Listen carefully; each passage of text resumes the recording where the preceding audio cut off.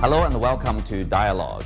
For the past 19 years, Poland has been China's largest trading partner in Central and Eastern Europe, and the two countries have enjoyed successful cooperation for 9 years under the Belt and Road Initiative. Facing pressure from the EU and the US over EVs and other high-tech products, how resilient will be the Chinese economy from the view of a Polish political veteran? And has politics become the top priority of policy considerations in many countries rather than economics? I'm happy to sit down with Grzegorz Kolodko, former Deputy Prime Minister of Poland and also Professor of Economics at Kozminski University in Warsaw. That's our topic. I'm Xu Qinduo.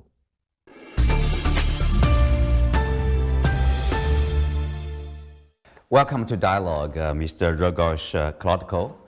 So let's start with the Chinese economy. The recent projection by IMF after a team toured China, and then they draw a new conclusion. They say Chinese economy remains resilient, and the projected growth for this year is 5%.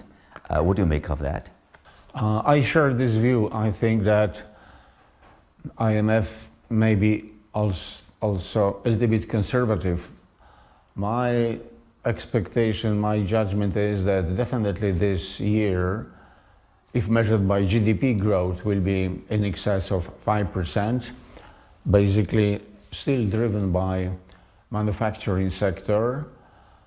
The problem is that there is not a strong enough shift from export-oriented growth to consumption-driven growth, but 5.5% is quite realistically, which is a good, considering that China has already GDP per capita on purchasing power parity in excess of world average.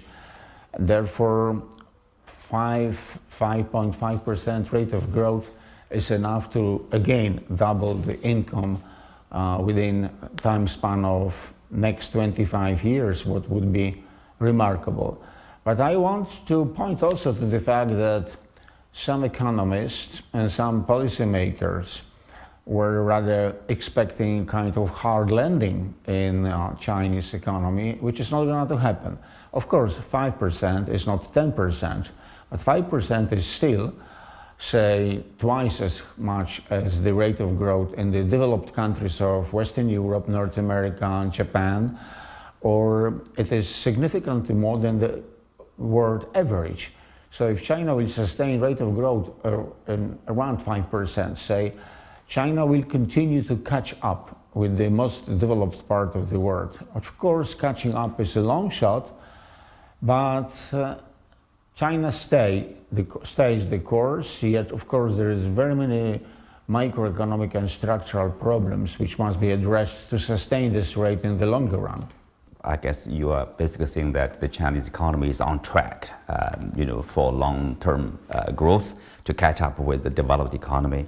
But of course, it's trying to overcome the challenges like in the property market, the sector, and also we are seeing recent policy support from the governments, from the financial institutions. And also we're seeing, visa-free treatment to increasing number of countries, in particular European countries. And basically the country is still following the path, probably further and deeper in terms of reform and opening up. And we are expecting upcoming important meeting in that front. So your expectation for this year and probably near future?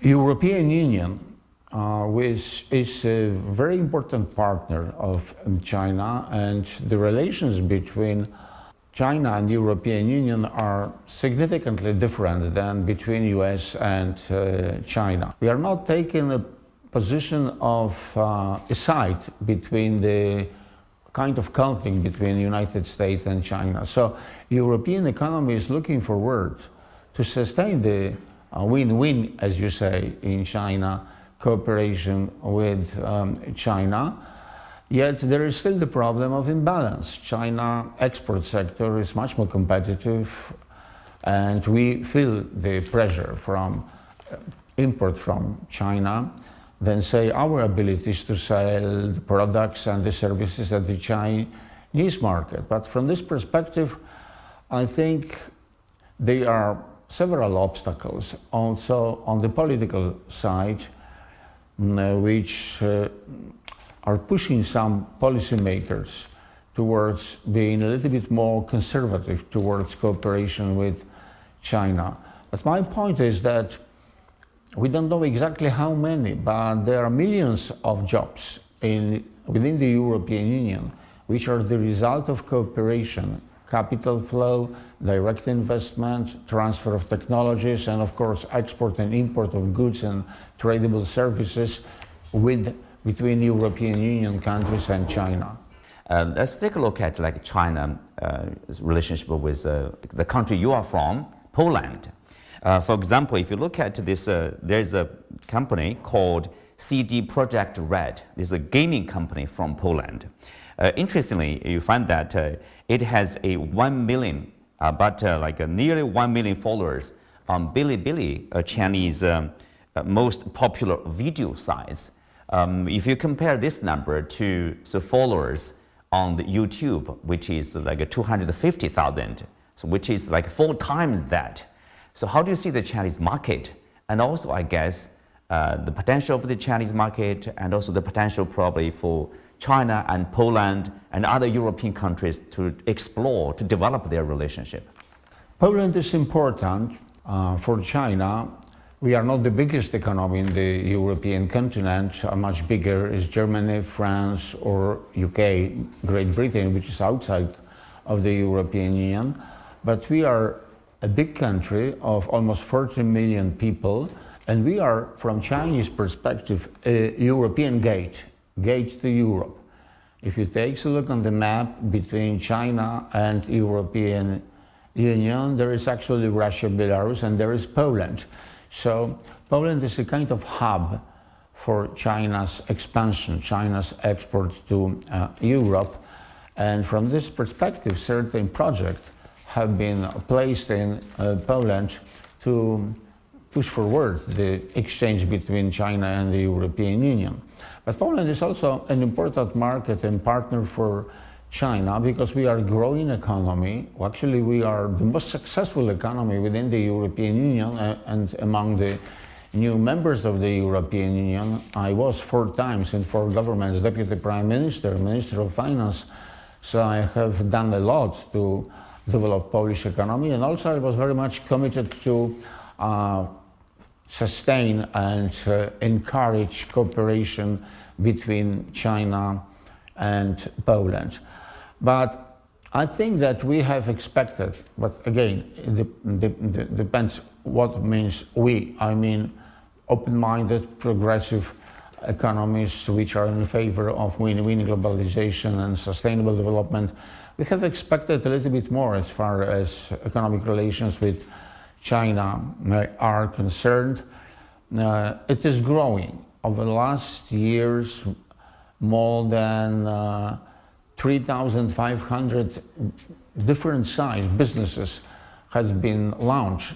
Chinese businesses in Poland, some joint venture, some direct investment, some just elements of a European network, and it is also contributing factor to the growth of Polish economy. I think it will be one of the subjects of the discussion between President Xi Jinping and President Andrzej Duda, the Poland's president, who is gonna to pay a state official visit in June here in China.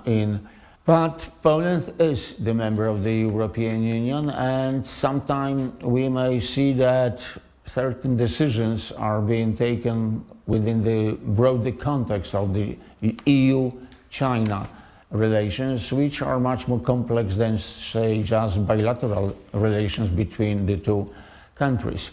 So the more Chinese economy we feel in Poland, I think the better for both countries, both people.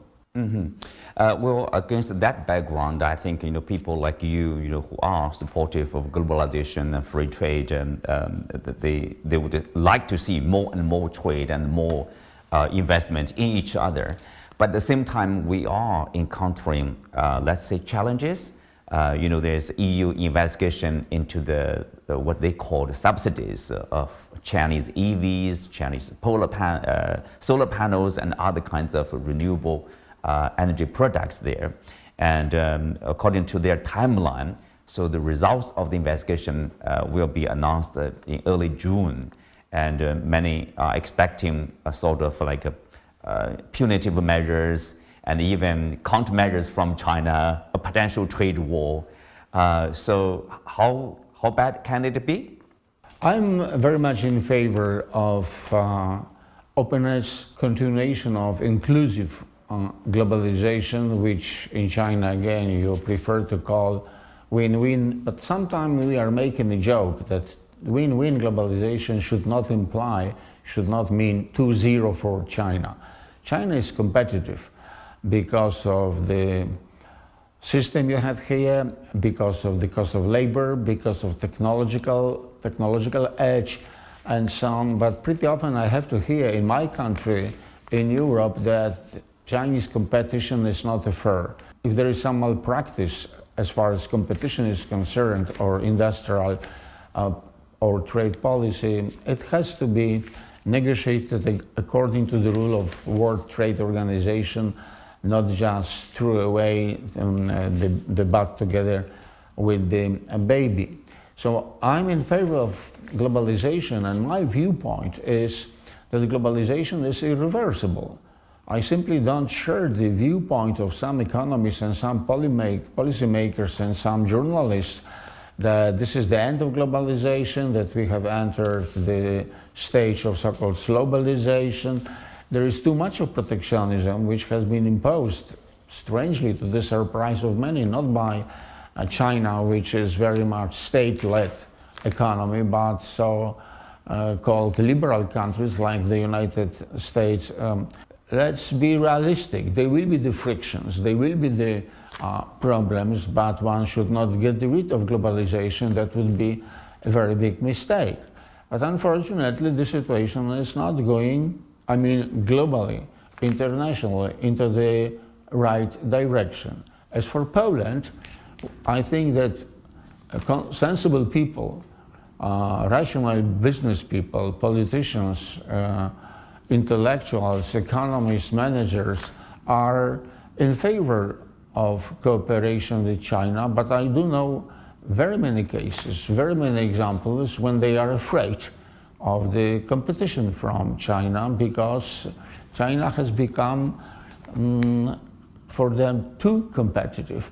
The best or the worst example, if you wish, is recently the case with the electrical vehicles, which are much cheaper than Western cars, but as far as quality is concerned, they're even better. So for rational economists, if something is cheaper and at the same time of a better quality, what you do? Of course you buy it, but you have to be aware that there is the other end of the exercise. What about the jobs, the businesses, the investment which they have done in Germany, in France, in Poland, in Italy, in Spain, into motor car industry? Unfortunately for us, now us in Poland, but fortunately for Hungary, BYD, the lead motor car company of China, has decided to invest in the factory of the electrical vehicles in Hungary.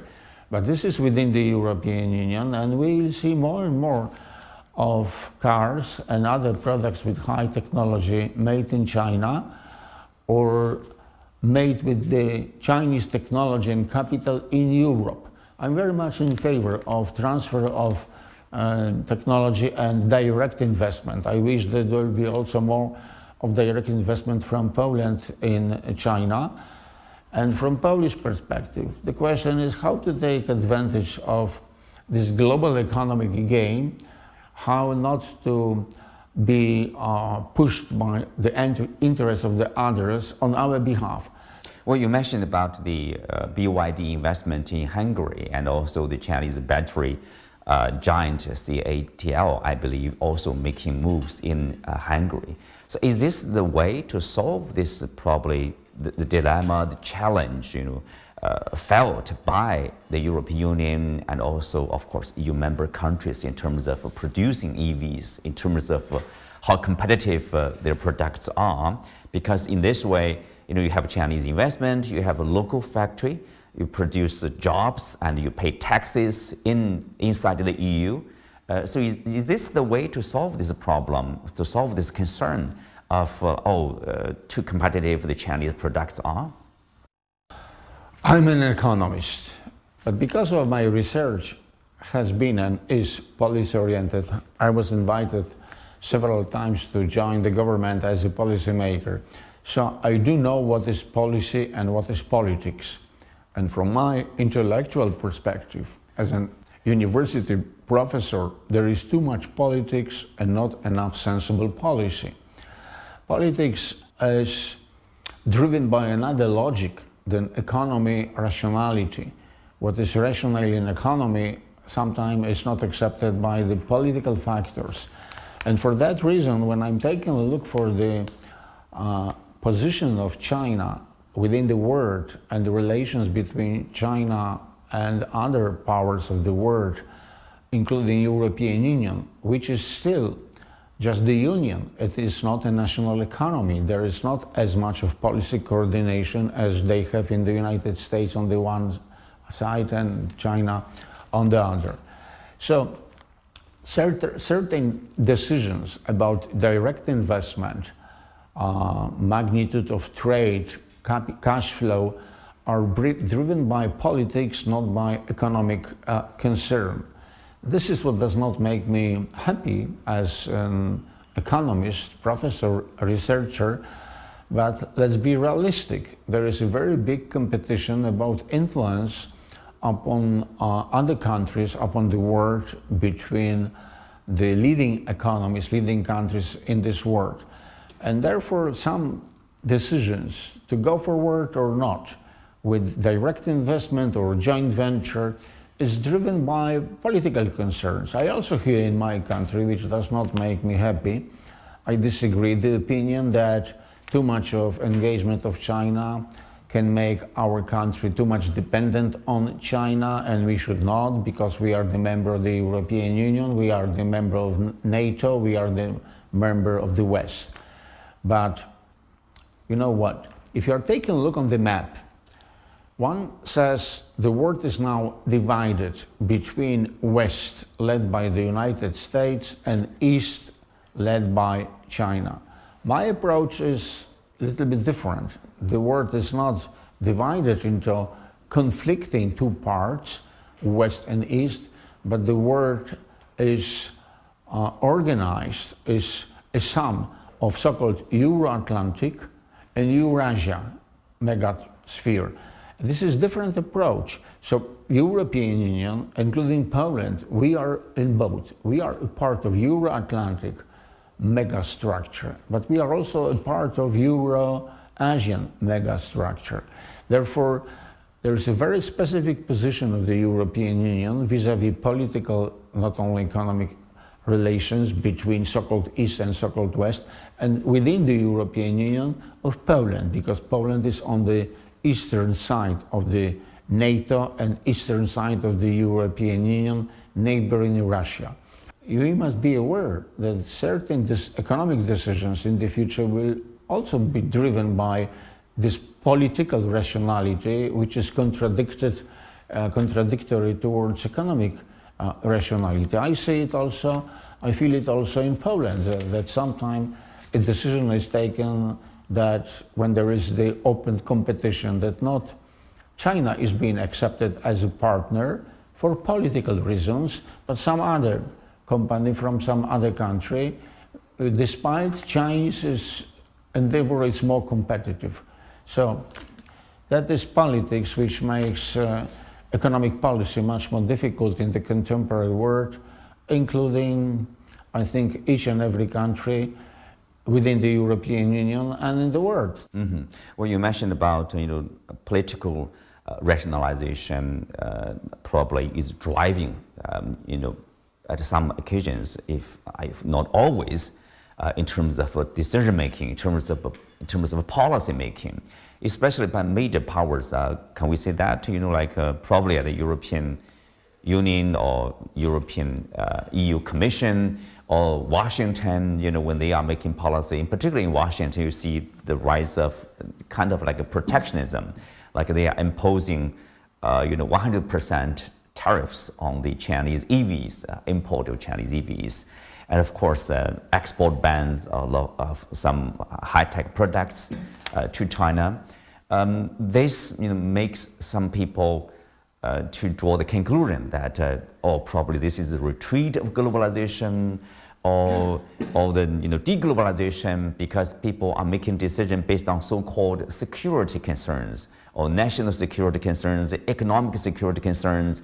So you have policies of decoupling, de-risking, different forms of decoupling. You said you are against such idea of de-globalization, but you are seeing also kind of decoupling, which is ongoing. This is a kind of new speaking, decoupling, and then, well, maybe not decoupling by de-risking, which have got the momentum after Ursula von der Leyen, the European chairwoman, visit to Beijing. Now we hear another new word, new context of a capacity, especially the Americans. Most recently, Mrs. Yellen, American Secretary of Treasury, Antony Blinken, American Secretary of State, that is the Foreign Affairs Minister, were teaching and preaching Chinese leaders and world opinion that there is overcapacity. Well, it depends from what viewpoint. China is an open economy, and there is the world. And if China wants to sustain the rate of growth, China has to sell a lot of products of China's minds and hands all over the world. And if China is competitive, this is the problem of the other countries which would like to sell the similar products over there. So there is not the problem from my perspective as an economist of overcapacity of China, but there is the problem of lack of competitiveness of the other countries. So they are using the narrative of a capacity, decoupling, the risking. They are using political pressure to keep somebody out of cooperation with China. I will give you an example. It's a public knowledge. For instance, Huawei still has the best technology as far as 5G internet connection is concerned. So several European countries which were working together with Huawei gave up under the American pressure with the argument that it is, a threat for security. That was a case also of UK and Italy.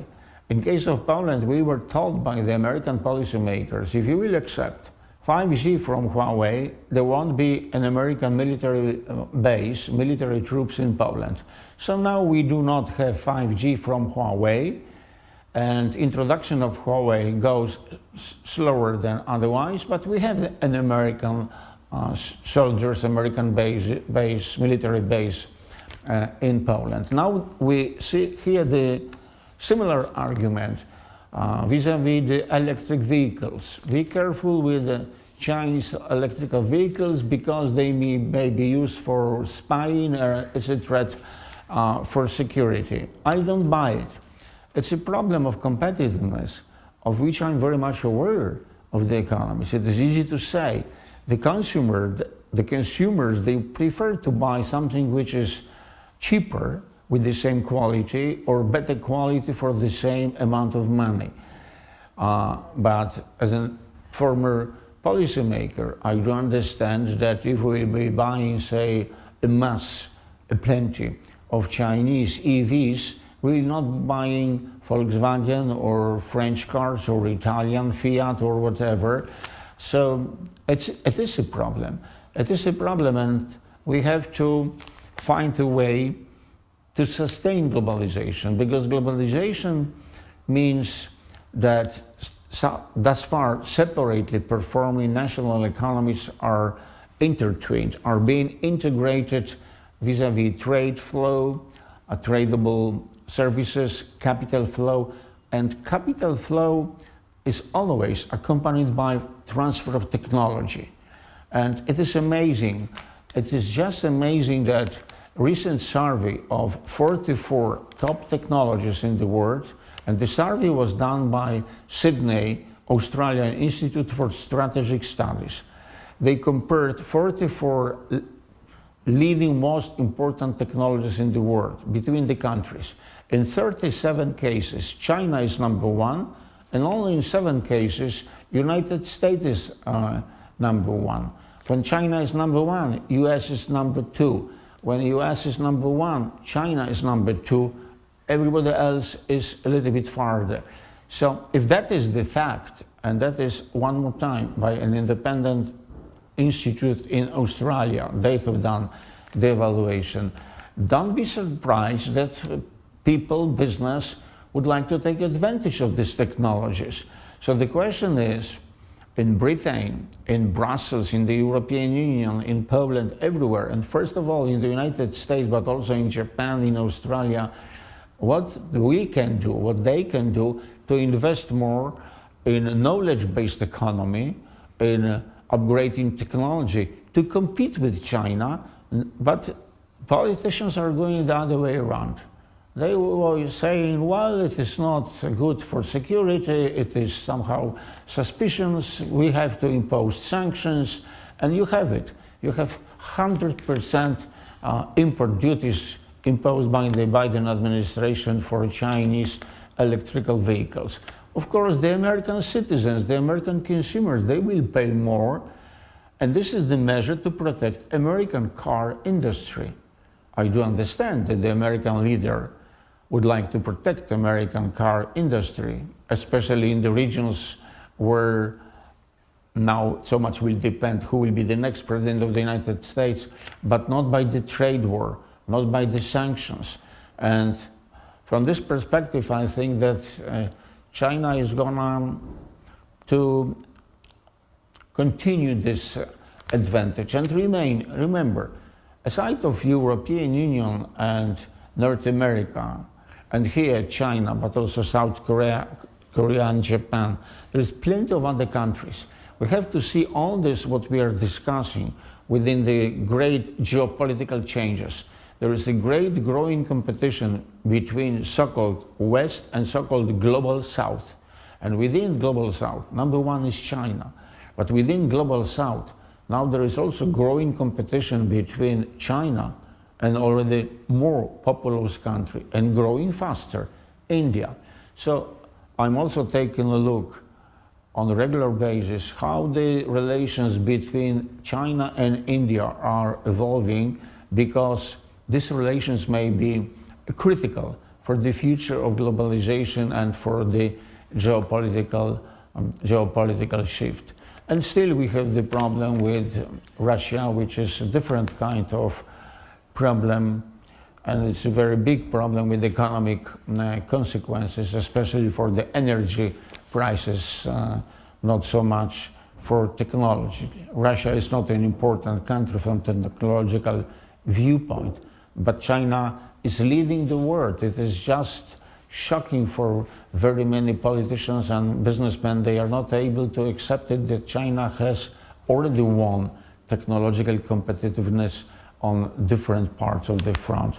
So the more cooperation, the better. Thank you, Mr. Kolodko. Thank you for your insights and time. I thank you for the invitation. With that, we come to the end of today's discussion. Many thanks to Mr. Kolodko. You can also find us on the CGTN app on YouTube. I'm Xu Qinduo. Thanks for being with us. See you next time.